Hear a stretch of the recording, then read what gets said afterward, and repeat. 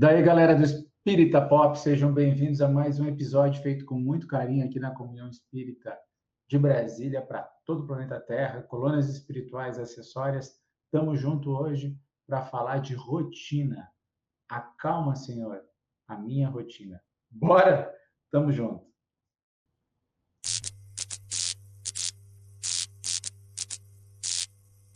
Galera do bem, como é que vocês estão? Muita luta, mas também com certeza muito prognóstico de vitória, né? Todos nós estamos embalados com certeza nessa transição planetária que estamos inseridos, com a ideia de sermos pessoas melhores e naturalmente nós que somos conhecedores da lei de causa e efeito, essa aqui é uma lei muito antiga, a lei de Talião, olho por olho, a lei de Deus, ou seja, lei de causa e efeito presente de forma tão explícita na doutrina espírita, que também é conhecida no meio oriental por lei do karma, onde nós temos a colheita de nossas ações ruins, ou até de aspectos bons, seria o dharma, né? Enfim, nós todos estamos sujeitos aos desafios, porque muitas vezes a gente associa tudo à nossa expiação, ou seja, aquilo que a gente fez de errado, que a gente tem que colher agora. Mas nem tudo é assim. A gente também tem provas, ou seja, são circunstâncias favoráveis para o nosso desenvolvimento intelectual, cognitivo, desenvolver a nossa paciência, desenvolver aspectos positivos da nossa individualidade, em que nós somos ali limados, né? Passamos por um processo de burilamento moral para merecer coisas maiores, coisas grandiosas que estão reservadas a todos os filhos de Deus, como todos somos, já que Jesus nos disse isso, que poderíamos fazer o que ele fez e muito mais. Então, o tema rotina tem por propósito, e eu estou inspirado porque eu estou lendo um livro muito legal chamado Rotina, do médium José Tadeu, pelo Espírito Lázaro, e aí nós temos que olhar a rotina então como oportunidade. Ele começa citando um trecho do Eclesiástico, capítulo 11, versículo 11. Há quem trabalha, cansa-se, apressa-se e está cada vez mais para trás. Gente, nós estamos falando de muitos séculos atrás, né? E a mensagem parece atual. E a transição planetária está fazendo a gente questionar as nossas escolhas na vida. A gente trabalha tantas horas, a gente se dedica tanto para ter um padrão mínimo de vida. Muitas vezes a gente está envolto, né, por demandas tão grandes, a gente não consegue dar atenção às pessoas que realmente fazem parte da nossa família, do nosso círculo mais próximo. Mas existem razões que nos colocaram nessa situação, que são importantes se a gente compreender também que as nossas famílias espirituais são muito maiores do que as famílias consanguíneas, ainda mais agora que as nossas famílias em geral são menores do que eram dos nossos avós, nossos bisavós, então nem se fala, né? A gente está dizendo de famílias que tinham 15 filhos, né? Eu acho que você deve ter na sua família, e quiser colocar aqui nos comentários quantos tios você teve, quantos tios avós você teve, você vai ver que o número só aumenta. E nós agora, grande maioria das pessoas tem um, dois, três filhos, né? Então nós evidentemente estamos passando por novos arranjos, onde os amigos estão fazendo um papel muito próximo à família. Não sei se tu tens aí amigos que também são como irmãos para ti. Eu acredito que cada vez a gente está sujeito a isso e, de fato, foram possivelmente irmãos em outras vidas.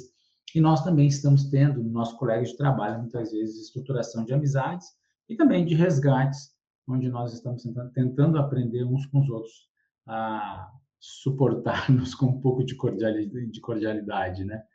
E esse é um dilema natural do nosso desenvolvimento, já que o próprio Cristo diz para a gente amar os inimigos, e com certeza nós temos inimigos de outras vidas, pessoas que nós machucamos, fizemos mal, e estamos agora resgatando de alguma maneira, tentando trazer um pouco de solidariedade, mesmo a contragosto, às vezes, em certas circunstâncias, mas o importante, evidentemente, nesse convite, é a gente não perder de vista o Evangelho de Jesus, ou seja, que a gente continue agindo conforme Jesus gostaria que nós agíssemos. Com certeza, ter a consciência tranquila de que nós estamos fazendo o que é certo vai nos dar condição de dobrar toda e qualquer resistência.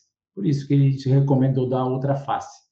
que não era um convite a ser imolado, mas sim a apresentar o nosso lado mais evoluído, o nosso lado mais perspicaz para a gente superar as dificuldades que nós estamos inseridos, né? Sermos inteligentes para a gente poder se proteger, mas ao mesmo tempo colaborar para o desenvolvimento das relações que a gente está submetido. Não sei se vocês concordam com isso. Mas existe uma coisa importante, que a rotina por si só, ela também tem muito do impacto do nosso mundo íntimo. E aí, o irmão Lázaro, ele vai dizer assim, sabe sim que a rotina deste planeta, ainda de provas e expiações, é bastante pesada. Mas o segredo desse estágio é não deixar essa rotina do mundo te engolir enquanto vives. A pressa não mata, mas martiriza a alma. E o que é e é o que está acontecendo hoje com a humanidade. Toda vitória e todo progresso humano repousa na força do mundo interior, que é a serenidade do espírito. Então, esse convite para a gente construir momentos de serenidade. E aí, gente, o passe espírita, a palestra, a música elevada, o bom filme, vão fazer no nosso cotidiano com que a gente tenha subsídio positivo para reagir de forma positiva. Simples, né, gente? Se nós estamos envoltos em situações positivas, nós vamos reagir de forma positiva, compreender, não perder tanta paciência. E aí Emmanuel vai dizer que quando a gente estiver à beira do precipício, do desânimo, já triste, desalentado, a gente tem que contemplar os quadros da natureza. Olha que dica tão presente também, gente. Esses livros do Emmanuel já são razoavelmente antigos, né? Até vou ver se tem a data aqui do livro. Não achei. Mas é do livro Mãos Unidas, de Emmanuel. E é importante perceber que nós estamos uma oportunidade de curar parte das nossas ansiedades usando a natureza como medicamento também, né? A natureza, a praia, o mar, o rio, a mata, eles são elementos importantes. Existem razões até científicas, o verde produz em nós, a visão lateral, né? Então, que a gente possa perceber isso. Novos minutos se despencam do coração das horas em teu benefício. Dezenas e centenas de criaturas aparecem por todos os flancos e te endereçam sorrisos de esperança, que é a nossa família espiritual de séculos e séculos, tantos irmãos, tios, amigos, colegas de aula que a gente teve em séculos de existência, estão torcendo muito por nós, muito mais do que aquelas obsessões que eventualmente a gente tenha que passar. Muita gente nos quer bem. Esperanças múltiplas te pedem devotamento e os dias renovados te apontam o céu. De horizonte a horizonte, como se uma imensa porta libertadora, através da qual, em cada manhã, a sabedoria do Senhor te convida, sem palavras, a recomeçar e progredir, trabalhar e viver. Então, Emmanuel nos dá, assim, esse alento de usar a natureza, de refletir sobre como cada manhã representa para nós e como é importante esses movimentos, tipo esse Café com Deus Pai, movimento da oração durante a manhã, aproveitar o café da manhã, né, por mais simples que ele seja, para nós termos uma leitura capaz de direcionar o nosso dia, de elevar o nosso pensamento, porque com o pensamento elevado também a lei de causa e efeito funciona diferente. Nós ganhamos às vezes mais crédito, mais condições de lidar com essas dificuldades do dia a dia de uma maneira mais especial. E isso vale muito a pena. Meu pensamento não está muito legal agora. Eu vou respirar um pouquinho, vou fazer uma oração, vou fazer um Pai Nosso até às vezes, porque ele realmente uma oração que comigo mexe muito, né? Cada um tem uma forma, mas evidentemente que quando a gente retoma a consciência sobre os nossos pensamentos e consegue a partir daí ressignificar as nossas emoções para o próximo, para o desafio seguinte, aquele que nós vamos enfrentar nos minutos seguintes, a gente já entra diferente. É como se nós tivéssemos aquecido o nosso espírito para enfrentar uma dificuldade, ou seja, fazendo aqui uma analogia com o esporte, né? O atleta tem que fazer o aquecimento. Nós devemos fazer esse aquecimento para poder jogar melhor, ou seja, viver melhor os nossos desafios diários. Então, um convite para que a gente possa acalmar o nosso coração, nos acerenar, como diz Lázaro, para a gente enfrentar o dia a dia, né? E eu havia pego aqui alguns textos da Maria Dolores também, porque, de certa forma, é o movimento de trabalhar e confiar. E a gente pode fazer isso todos os dias, de uma forma mais dedicada ou menos dedicada. Quanto menos preparo a gente tem, mais doloroso é o processo. E nosso benfeitor amigo, diretor da mediunidade, Chico Xavier, vai dizer assim, lá no livro Mais Perto, capítulo 28. Trabalhe e confia sempre, oferecendo à vida o melhor de ti, e o melhor da vida te virá ao encontro.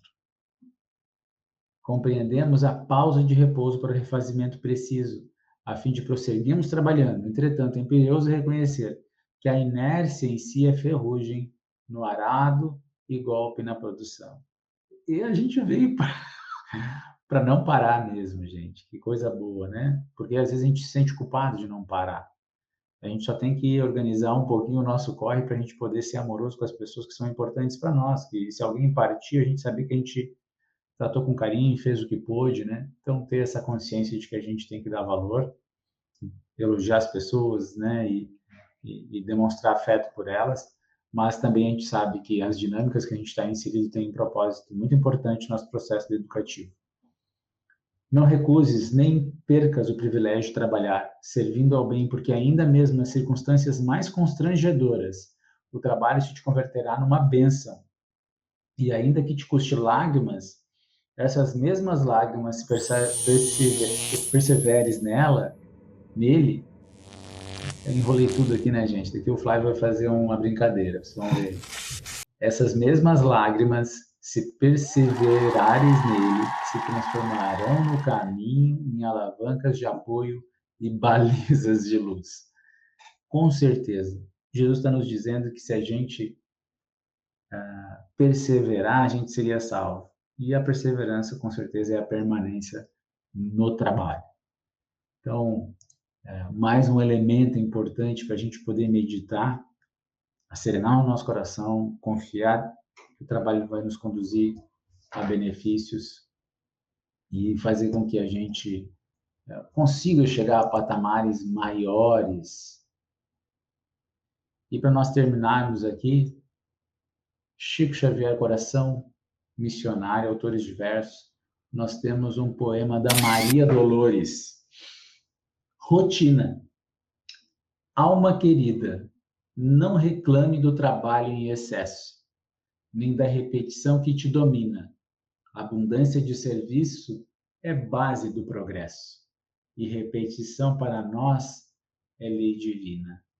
Lembremo-nos do sol se repetindo e repetindo, cada manhã sempre nova e sempre linda.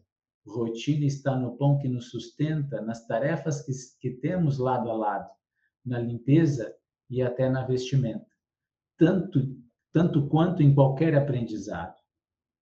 Honremos a rotina, aceitando-a.